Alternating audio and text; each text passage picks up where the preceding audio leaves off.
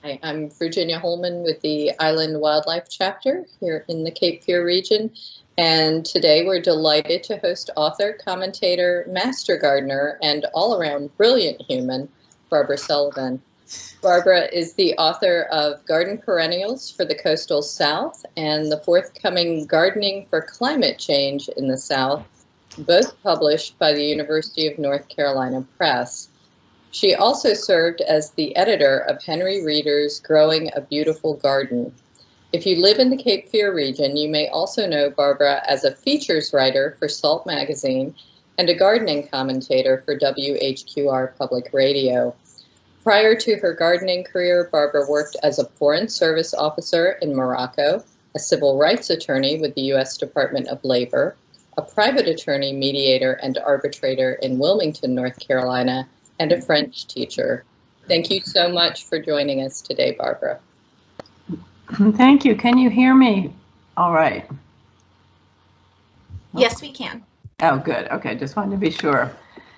All right, well, thank you all for coming. I'm sorry I can't see your faces and I don't know who's there and I don't know if there's anyone I know, but if there is, hello. A little over a year or so ago, I was asked by the North Carolina Press to write a book on climate change gardening for the Southeast, which I have done, and it's in the process. I'm not sure when it's going to come out. And I just had to educate myself so much about, it's just a gigantic topic of which there is no end in sight. I mean, it's just huge. So this I consider to be a very bare bones PowerPoint presentation. I feel like some of you, many of you will already know a lot of this information. Hopefully there'll be something new. I'm aiming the book at people who love to garden and also care about the planet. It's not necessarily an extensive encyclopedic covering, nor is this PowerPoint. But anyway, we'll get started, and I think we're going to save the questions until the end. So basically, there are predictions that are quite consistent that say that we're going to have more frequent and more severe storms, droughts, flooding, heat waves, and there will be an increase in some insect pests and diseases. And of course, we're going to have sea level rise, as we know. These are some interesting graphs that show what the projection is if you look where Wilmington is, and I'm directing this particular talk to the sort of general southeastern North Carolina area, Wilmington and surrounding area.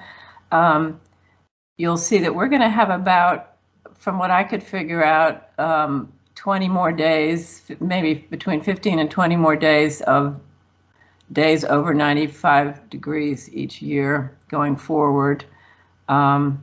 Right now we have between 15 and 30 days, and we're going to end up with between 30 and 45 days from how I read this chart. We are going to end up with actually an increase in water, probably, I'm guessing, because of the hurricane activity. And the western part of the southeast is going to face a lot more drier conditions. And our sea level rise is between moderate and high. I would say high, probably, depending. I think we're the little point that sticks out there, which is the high. So there are a number of things that we can do to deal with what's going to be coming. If we use native plants, which is obviously one of the key things, and also some other climate-friendly practices, which I'll talk about, this will help resist the damage from flooding, drought, heat, pests, and disease. But it will also benefit the insects and the pollinators, songbirds, and the other fauna, the ecosystems in general, and air and water quality. So the first thing that you want to do is find out what your native ecosystem is, and there are all sorts of resources online for finding out. The U.S., let's see, I think it's the EPA has divided the United States into 96 different ecosystems, and then there are subdivisions within that just, get down to the micro level. So knowing which ecosystem you're in. Another big push is to use your native plants, but grouping them in the communities they would grow in naturally in the world, rather than what we've done in the past is sort of just pick plants that we like at the nursery and put them all together in ways that we find attractive. But it's very helpful to group them in the communities they would naturally grow in, because they support one another this way, and they're more resilient. Choosing as many different kinds of plants and as many different sort of habitats, whether that would be thickets or areas of, native grasses or shrub areas, is also very helpful to help with the wildlife. I'm going to talk a little more about the soil, but not digging up the soil as much as we used to do is sort of a movement toward climate-friendly gardening. Of course, adding synthetic fertilizers and different types of pesticides and fungicides is something that we're obviously trying to avoid. When you design your garden, regardless of whether you're using native plants, you want to try to hydrozone, which means putting the plants that need more water in one space and those that need less water in another space. Of course, you want to plant where the plant is going to have the most chance of being healthy and survive. So you must know whether it needs sun or shade, and to begin with. And I will talk about lawns in a second.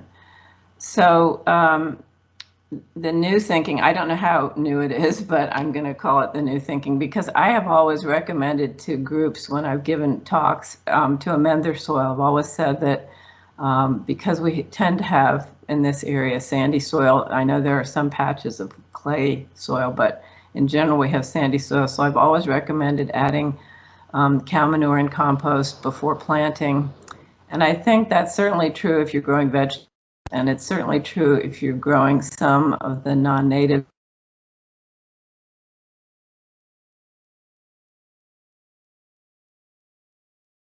The authors were advocating just taking whatever native soil you have and finding out what likes to grow there and planting that.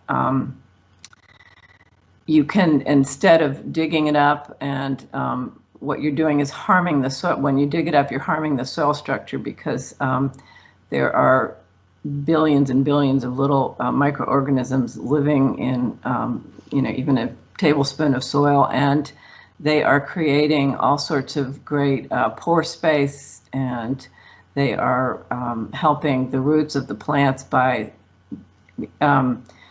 transforming sugars and allowing the plants to get the nutrition and the water they need. And so you don't want to disrupt this system, and there are all kinds of little connections that are going on underground, and we want to leave this system intact as much as possible.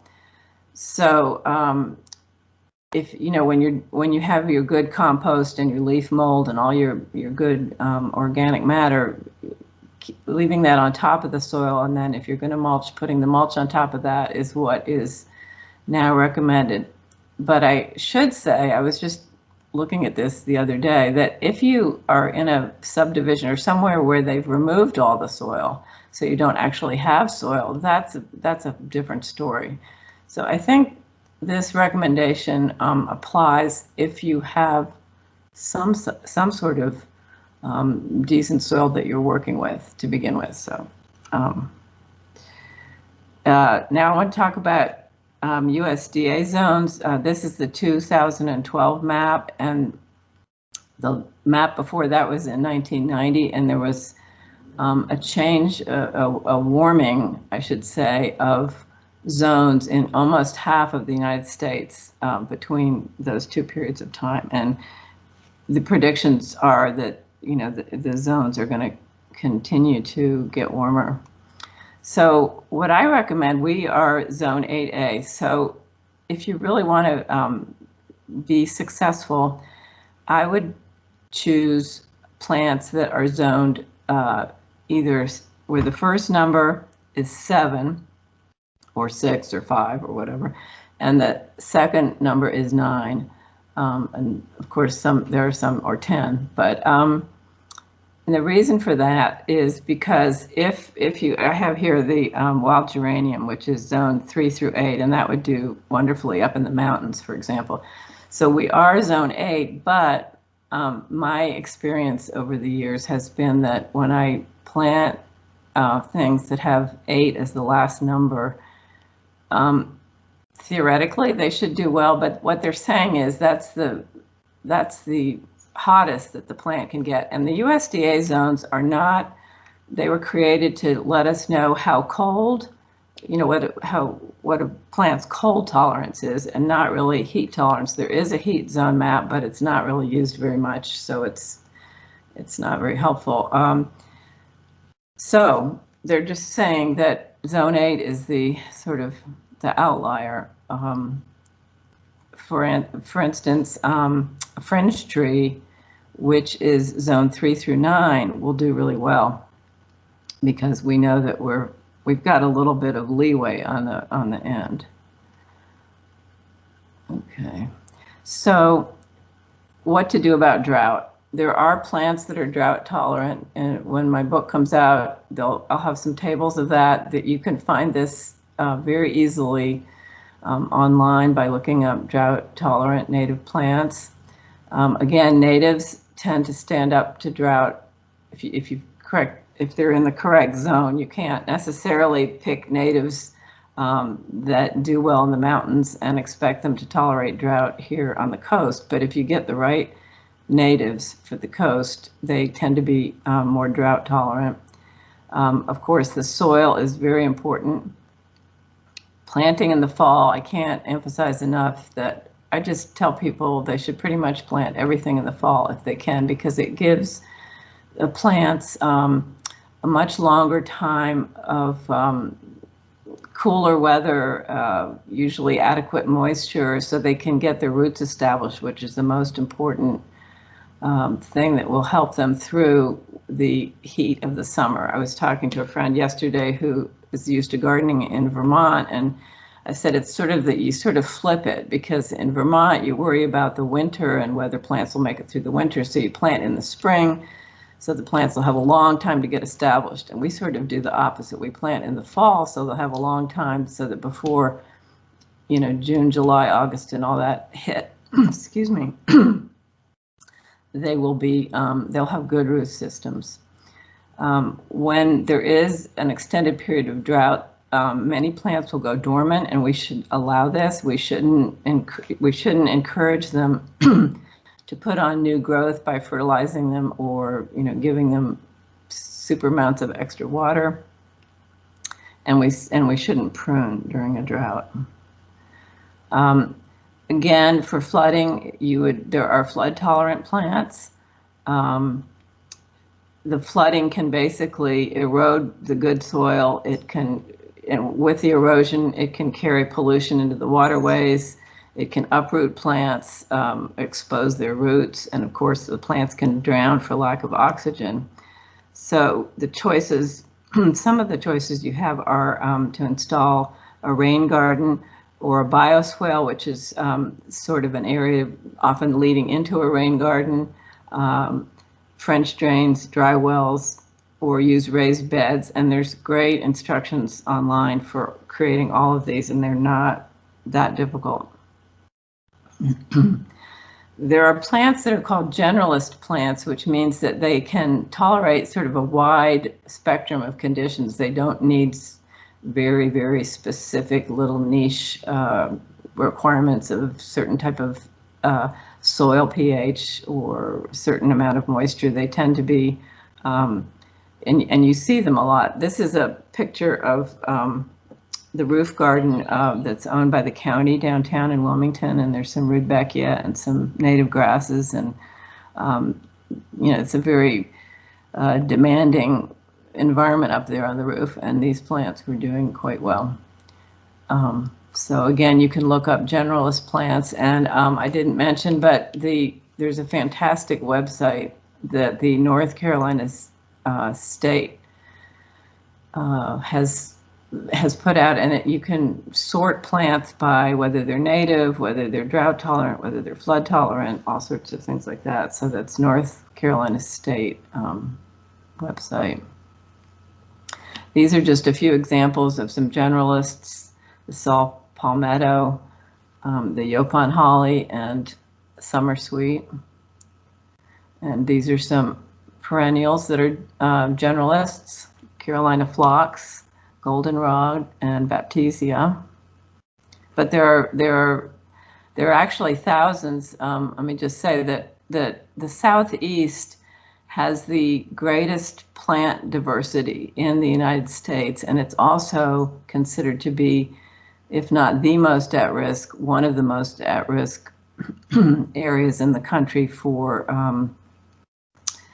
you know, danger to losing this diversity of plants. And I think I'm preaching to the choir here. I think you all already know this, but the insects and wildlife that we want to attract to our garden, or that are living here in this area, co-evolved over many thousands of years with the native plants, and there are all sorts of predictions for the extinction rates. The Kew Gardens has a study where they estimate that 1/5 of the world's plants are at risk for extinction. And I'm sure, again, that you all are familiar with Doug Tallamy, whom I quote extensively in the book, and his focus is on insects because he's an entomologist, but without the insects, we won't have the flowering plants. And so in order to keep those insects, we need to give them the food and the habitat and everything else that they, excuse me, that they evolved with, which is a huge reason for planting natives. Excuse me. So he says, we have taken and modified for our own use between 95 and 97% of all land in the lower 48 states. About half of this has been converted to cities and suburbia. As far as our wildlife are concerned, we've shrunk the continental United States to 1/20th of its original size. This is magnified by the fact that the wild areas are not contiguous, but rather like islands. Unless we modify the places we live, work, and play to meet not only our own needs, but the needs of other species as well, nearly all species of wildlife native to the United States will disappear forever. Because we've already fragmented the continent into habitat islands, we have set the clock ticking for our biodiversity, and time is running out. So again, of course, native plants. We need to plant food for the larvae. Native grasses will provide seeds. We need to include food for insects. We need to include berries, fruits, nuts, evergreen conifers, thickets. Do away with the use of pesticides, herbicides, and fungicides. Plant for diversity, which I mentioned before. This is, the more diverse you can make your garden, the more you are doing to mitigate climate change. And what Doug Tallamy talks about is planting in corridors. So if it's possible for you to somehow speak with your neighbors about joining together and planting in corridors, that's a fantastic concept. And these are just some pictures of berries and seed heads. Leaving the seed heads to winter, to overwinter is an important thing to do rather than cutting them down in the fall.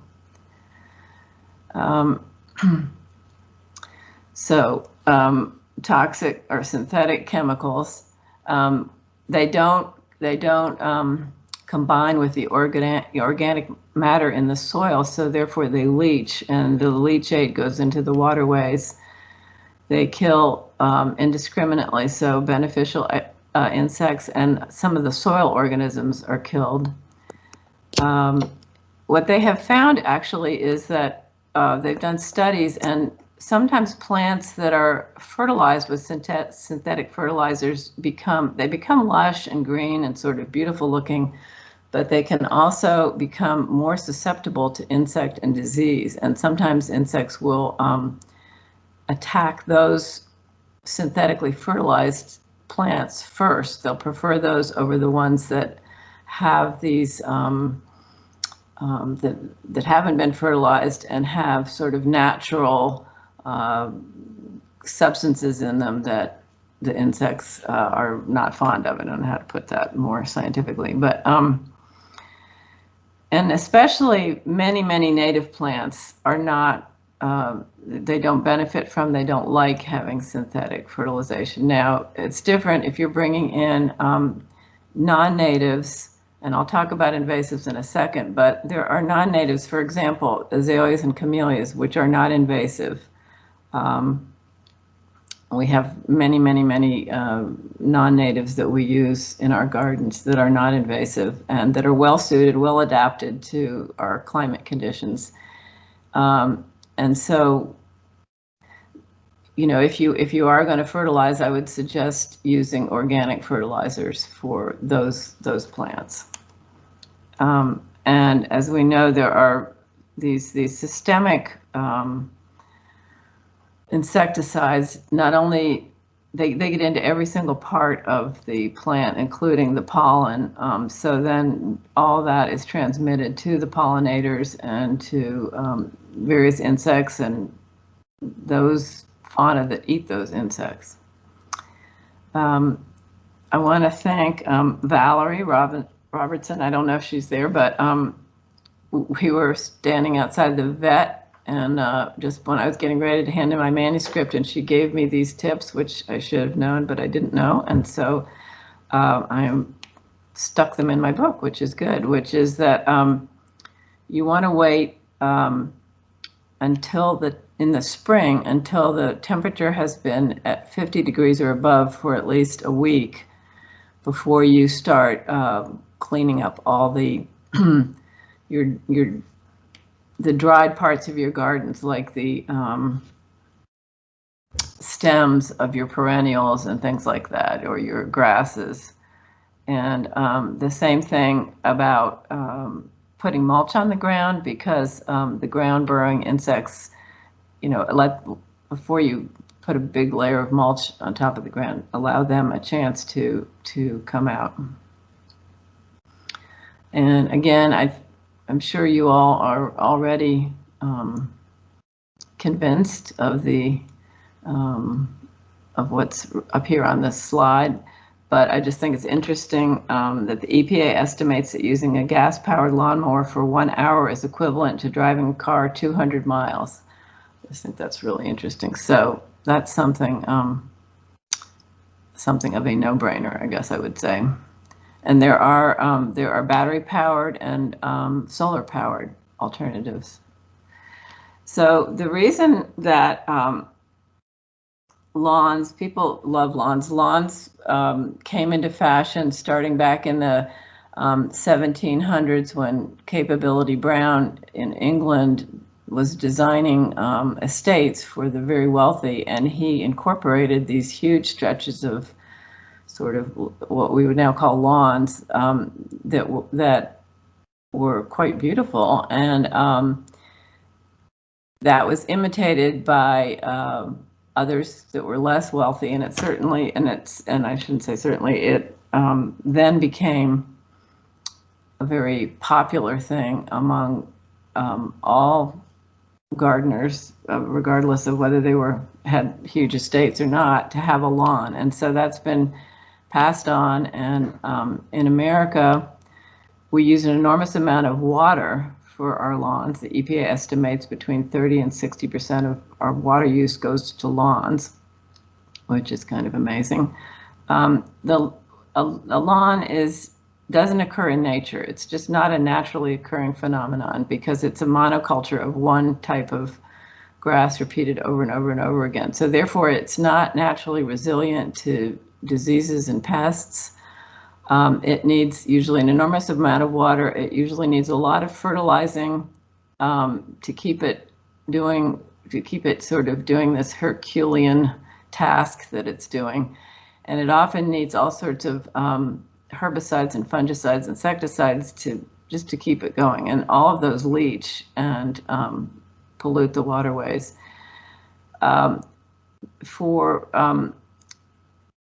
But a lot of people do want lawns, and sometimes it's a fight between the husband and the wife or whatever. Different people have different ideas of what a beautiful garden is. And possibly what you could do is allow some violets, clovers, sedges, and dandelions to grow in amongst the lawn grasses, and then you're adding diversity and a little bit of resilience.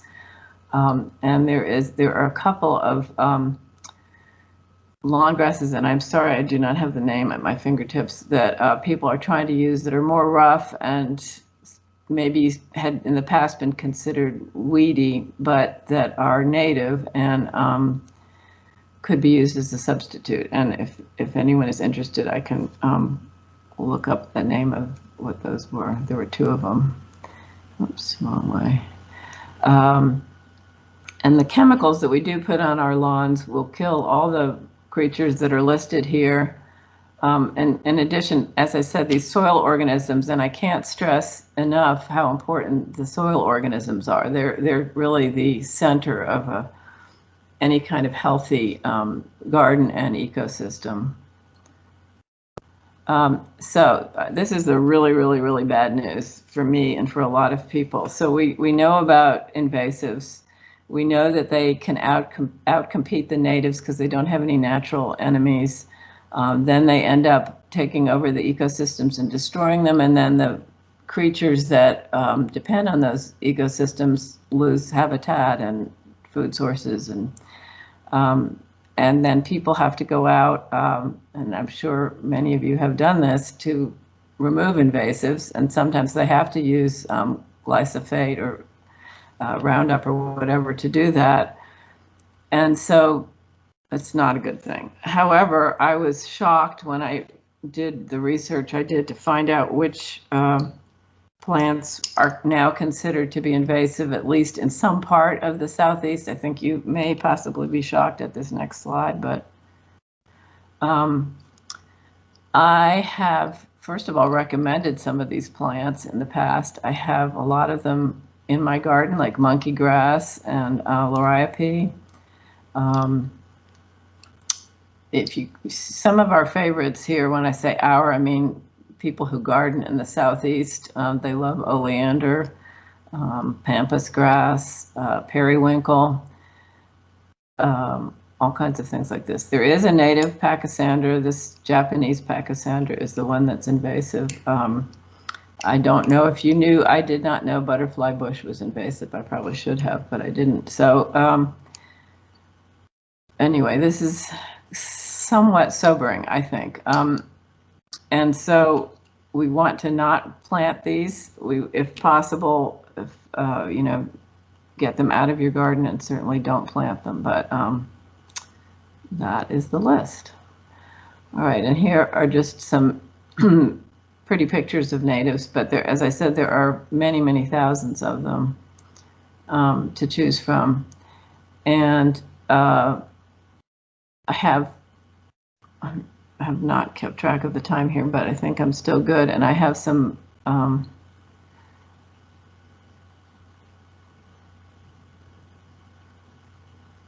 this is my last slide, but I have two bonus slides, so I'm going to go ahead and just do those.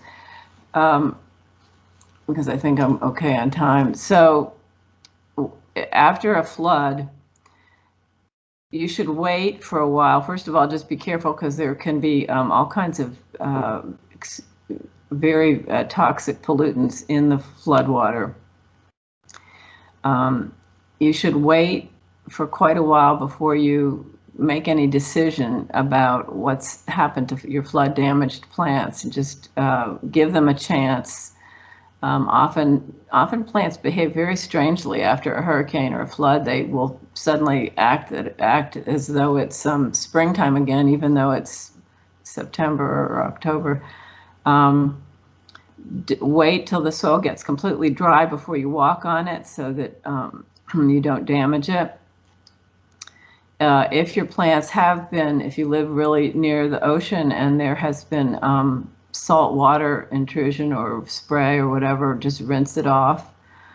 Don't use a pressure washer. If your plants are covered with a layer of silt, don't use a pressure washer. Just use a mild spray. Again, what we don't want to do, the plants have been really, really stressed after there's been either a flood or a drought. They are just not themselves, and you don't want to fertilize them to try to sort of juice them up, because it just puts more stress on them. They may go dormant, in which case you just allow them to do that. Often trees especially newly planted trees, are knocked askew by floods, so you may have to stabilize them. And you may have to look for roots that have been exposed that need to be covered up. Again, don't just wait for a year before you prune after there's been a flood. You can always, at any time of year, the 3 Ds are dead, diseased. I don't know what the third D, broken doesn't work, but it's dead, diseased, and damaged are the 3 Ds that you can do. You can prune your trees and shrubs at any time if you see that. But otherwise, if you're just pruning for aesthetics or some other reason, wait about a year until after the flood. I mean, a year after the flood has happened. And if you have it like a lawn and it's got all kinds of matting on it, just let it dry out and then remove it and aerate it. And after a drought, during a drought, you want to monitor your plants to see what's happening. There are certain, when it gets very hot and dry, certain insects like spider mites, whitefly, aphids will be very happy and proliferate. So just be looking for that and sort of nip it in the bud. Again, don't prune. Let the plant recover. Don't overwater during a drought. Now, if it's a really severe drought, even a little bit of shallow watering is going to be helpful rather than hurtful. Normally, you don't want to water shallowly. You want to water deeply so that you encourage deep roots. But if it's a really, really bad drought, you can, just give your plants some shallow watering just to cool them down and sort of save them. But you don't want to be compensating by during a drought by overwatering your plants, because they're doing their own they have their own mechanism for coping with the drought, which you want to allow them to do. So again, obviously don't fertilize them, and what you will find often is that your plants, your shrubs and things may not show damage immediately, but years later, and I found this to be true. I found, many years later, one particular plant. Well, anyway, that's a different story. But just you may see damage that will occur many years after the event has happened.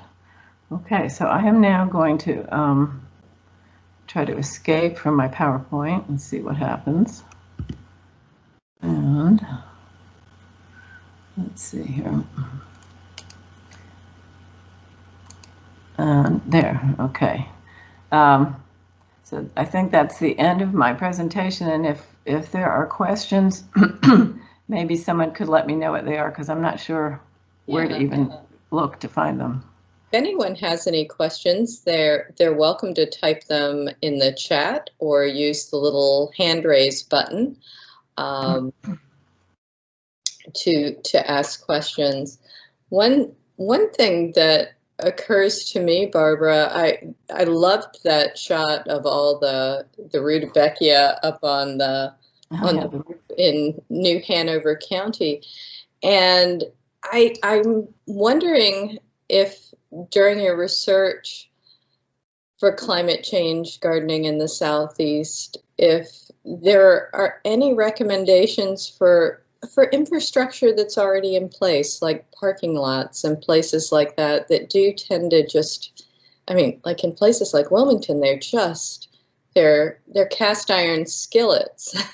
Right. So I'm wondering what sort of recommendations we might have for kind of mitigating all of that heat and all of that runoff. If you came across anything.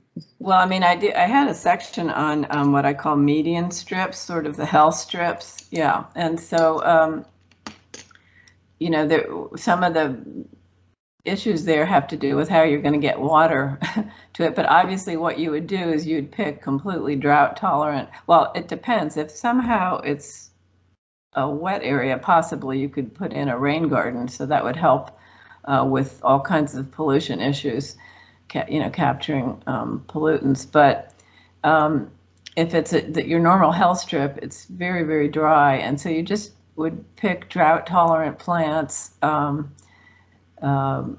and, you know, put in some stepping stones. There are some really wonderful median strips in downtown Wilmington where people have gone completely crazy. You can also, and that's assuming that it's your own, it's in front of you, it's not your own, it's owned by the city, but it's assuming that it's adjacent to your house. You can put, I have a friend who uses these galvanized tubs, and she puts holes in them, and because she can't really grow, there's too many tree roots in it. She just can't grow right directly into the soil. So she's put dozens of these huge, enormous, they look like old-fashioned wash tubs. And she's filled them, and it's just glorious. It's gorgeous. And so that's a possibility. If it's a public parking lot, obviously you'd have to speak with the authorities. But there are, the more trees that we can plant, the better for the city, because trees just are the absolute best at dealing with erosion and pollution and you know, carbon offset and you know, and sequestering carbon, which I didn't talk about, but that's obviously the point of. And I also didn't talk about covering. One thing that is recommended a lot these days is to cover as much of the soil as you can with plant material rather than with mulch. So, and you can let things plant themselves. You can use shrubs that are colonizing and ground covers and things that sort of spread naturally, and so that you'll leave some bare area for insects that need to live in the, you know, burrow in the ground. But in general, covering as much ground as possible with living plant material is wonderful for carbon capture and for diversity and for insects and for, you know, just it solves many problems. So wonderful. Wonderful. Thank you. We have someone is raising their hand. So if you'd like to unmute yourself and ask Barbara your question, that would be great. Can't see who's raising their hand. Nancy Buckingham, if you'd like to go ahead and ask your question. Hi, Nancy.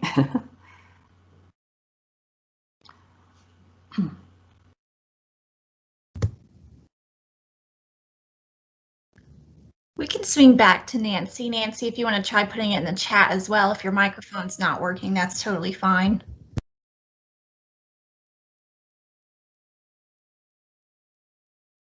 Someone is asking, Bob is asking for good local sources for native plants. Yeah. Emily is asking that rather. Sorry. Emily, okay. Well, there usually is a native plant sale this year. They weren't able to do it at the Arboretum, which is wonderful. Some of the nurseries have native plants. Transplanted Garden has some native plants. And I want other people to please chime in on this because I think there probably are native nurseries I'm not aware of. I have actually started ordering online, which I know has its drawbacks in terms of carbon footprint, but there are some really neat native nurseries online that have terrific plants, and so that's sort of what I've been doing if I can't find them locally. Terrific. If people have sources for native plants, please type those in the chat as well. I'm going to go down the chat a little bit and then come back to the folks who have their hands raised. Valerie Robertson says, thank you so much for today. What suggestions do you have for environmentally friendly mulch? Environmentally friendly mulch. Okay. So the best kind of mulch that you could use would be leaf mold, which is basically chopping your leaves as fine as possible or not, depending. I have all these magnolia trees, so my leaves are huge. But and basically you let your leaves molder for about a year, and that's the very best.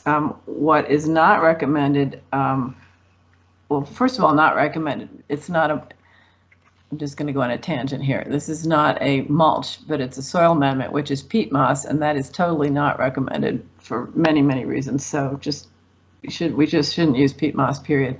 We also shouldn't use cypress mulch because cypress mulch is coming from the from Florida, from the cypress trees there, which are needed, the cypress groves, which are needed to mitigate against hurricanes and stuff. They, they are kind of the what's the word? They're kind of a fortress against the hurricanes that hit Florida, and that's where they're getting the cypress mulch. So you don't want to use that. Sometimes people use pebbles in certain areas. I'm not a fan of that because it doesn't add anything to the soil, and basically where we live, stuff is going to grow up in between those pebbles in no time, and then you're going to end up wanting to use some kind of herbicide, which we don't want to do. There's something that's called, what do they call it? Oh gosh, I've been using it forever and ever and ever, that I use all the time. It used to be called shredded pine bark, but now it's called, now it's called soil, the bag is called soil conditioner. But which I think they mean for you to mix it in with your soil. However, that is not how I use it. I use it as mulch. And it's a very finely shredded pine bark, and it's available at the big box stores, but they call it soil conditioner.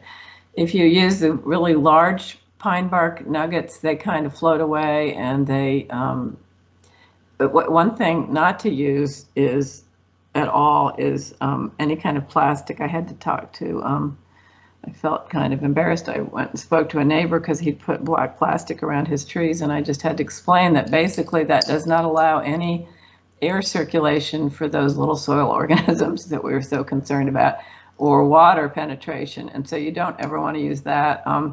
Even using that weed cloth is not a great idea because things will grow up in between it. First of all, the manufacture of it involves, is not climate friendly, but also eventually everything will grow up into it and it'll just be a big mess. And usually people have to put mulch on top of it to make it look nice aesthetically, and so that mulch wanders away, it gets washed away. So organic is what you want to use. If you can use your own leaf mold, that's the number one best. Right. I think Valerie has her hand raised. I think she may have had something to add to that. Valerie, did you want to unmute yourself? I wanted to respond to Emily's question about sources, local sources. Oh, good. Yeah. Right.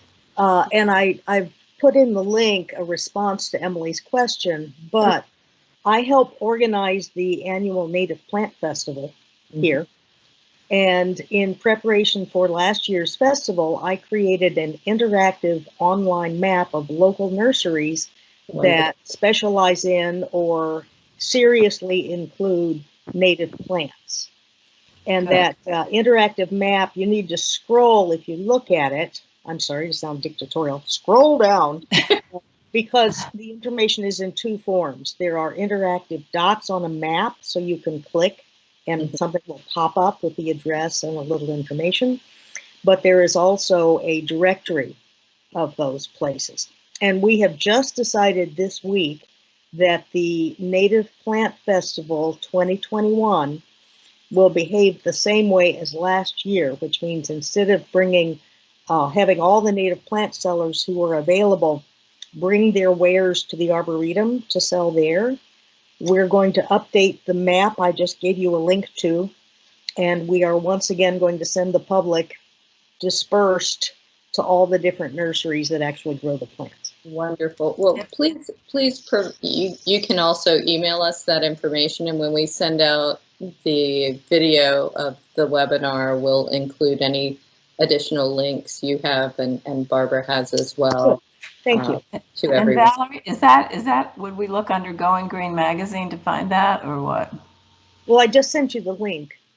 Oh. Okay. It's I'll have to look. Okay. It's a story maps arc. I worked with a UNCW map designing student named Avery Owen, and I think she did a really good job for us. And I can email that to you as a group, and you personally, Barbara, if you'd like. Thank you. That would be great, because I'm not sure how to. Yeah. Okay. Wonderful. We'll make sure that goes out, Valerie. Thank you. Yeah, it's a live link in your chat right here. Okay. Perfect.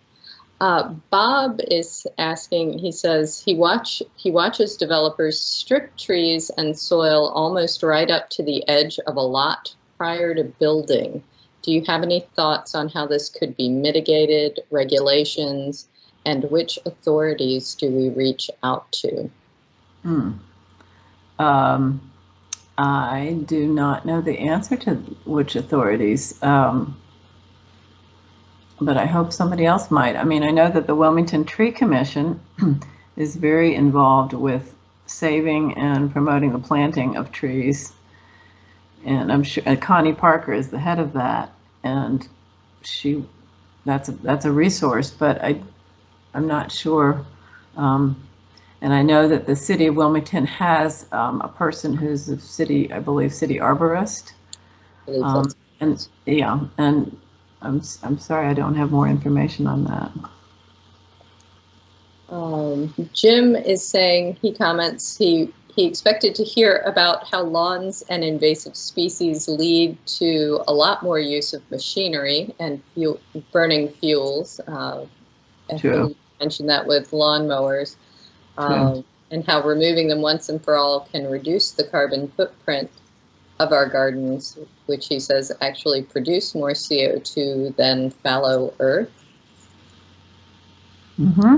Hear, hear. Jim, I think, says driving to pick up plants or seeds will often use more fuel than ordering online.